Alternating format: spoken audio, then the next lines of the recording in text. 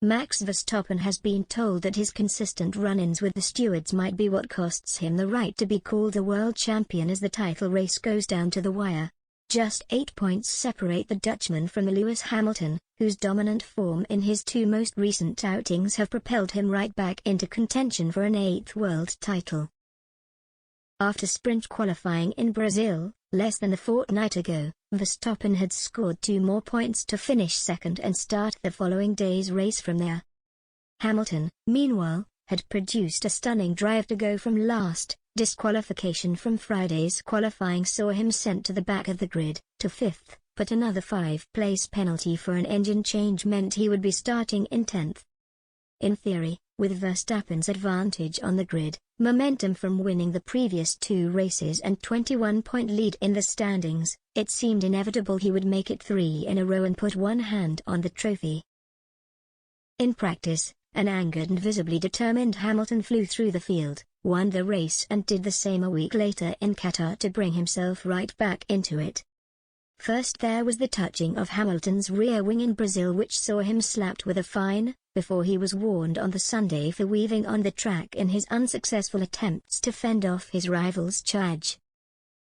Perhaps the biggest talking point of their on-track battle that day went unpunished, as the Red Bull man seemed to force his rival well off the track on one corner, but race officials decided against getting involved in that one. A week later, he was given a grid penalty in Qatar for failing to adhere to double yellow flags that were being waved during his final lap in qualifying. Verstappen's compatriot and former racer Jan Lammers is worried that his repeated run-ins with stewards might prove costly in his bid to do so, as it might mean they are less lenient for any key decisions that could arise in the final 2 races. He just poked the organization in the eye, the current boss of the Dutch Grand Prix told the Nose F1 podcast. Of course, that's all very well, but it's on the limit. Because what if a situation arises in the last Grand Prix where they are in doubt about whether to give a penalty or not? Or if they have to choose between a 5 or 10-second penalty?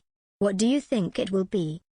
Despite those words of warning, Lammers still believes his countryman can get over the line and focus on his own performances rather than worry about the frightening pace Hamilton has shown in the last 2 weeks.